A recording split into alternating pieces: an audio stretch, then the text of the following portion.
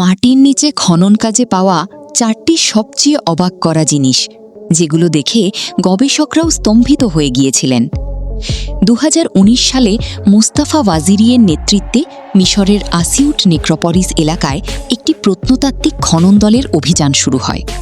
এখানে তারা অবিশ্বাস্য কিছু খুঁজে পান, অনেকগুলো কফিন ভর্তি মমি। আপনি শুনে অবাক হবেন, এখানে শুধু একটি নয়, বরং 30টিরও বেশি মমি পাওয়া যায়। গবেষণায় জানা যায় এই মমিগুলো প্রায় 2600 বছরের পুরনো। এদের মধ্যে 23টি পুরুষ, 5টি নারী এবং 3টি শিশুর মমি ছিল। প্রাচীন মিশরীয়রা শুধু প্রাপ্তবয়স্কদেরই নয়, তাদের শিশুদের পরকাল সম্পর্কেও গভীর বিশ্বাস রাখতেন। কেউ মারা গেলে তাদের দেহ সংরক্ষণ করে পরকালের যাত্রার জন্য প্রস্তুত করা হতো।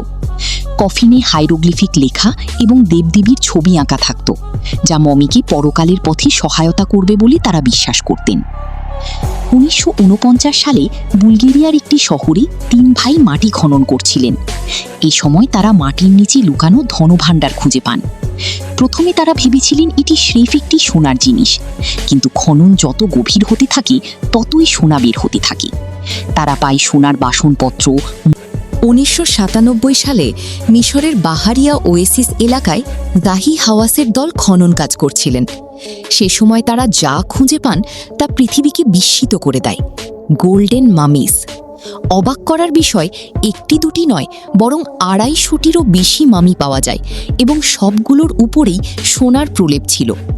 ডিএনএ পরীক্ষা ও গবেষণায় জানা যায় এগুলো প্রায় 2000 বছরের পুরনো রোমান যুগের মিশরীয় মামি। মামিগুলোর গায়ে থাকা সোনার পরতও ছিল 24 ক্যারেট খাঁটি সোনা। চীনের ইয়ান অঞ্চলে এক কৃষক জমিতে কাজ করার সময় মাটি খনন করছিলেন। কয়েক মিটার গভীরে তিনি একটি অদ্ভুত জিনিস দেখতে পান। পরে বড় মেশিন এনে খনন শুরু করা হয়। খনন যত এগোতে থাকে ততই সেই অদ্ভুত জিনিসটি স্পষ্ট হতে থাকে। খনন শেষে সবাই হতবাক। এটি কোনো সাধারণ জিনিস নয়, বরং একটি বিশাল সেনাবাহিনী মাটির নিচে লুকিয়েছিল। একটি দুটি নয়, হাজার হাজার টেরাকোটা সৈনিক পাওয়া যায়। এটি বিশ্বের অন্যতম বৃহত্তম প্রত্নতাত্ত্বিক আবিষ্কার, যা পরিচিত টেরাকোটা আর্মি নামে। গবেষণায় জানা যায় এই সেনাবাহিনী প্রায় 2000 বছরের পুরনো এবং এটি ছিল চীনের প্রথম সম্রাট কিনশি হুয়াংয়ের সমাধির অংশ। বন্ধুরা, এই ভিডিওটি ভালো লেগে থাকলে অবশ্যই লাইক, কমেন্ট এবং শেয়ার করতে ভুলবেন না। আবারও দেখা হবে নতুন কোনো তথ্য নিয়ে। ততক্ষণ পর্যন্ত ভালো থাকুন, সুস্থ থাকুন।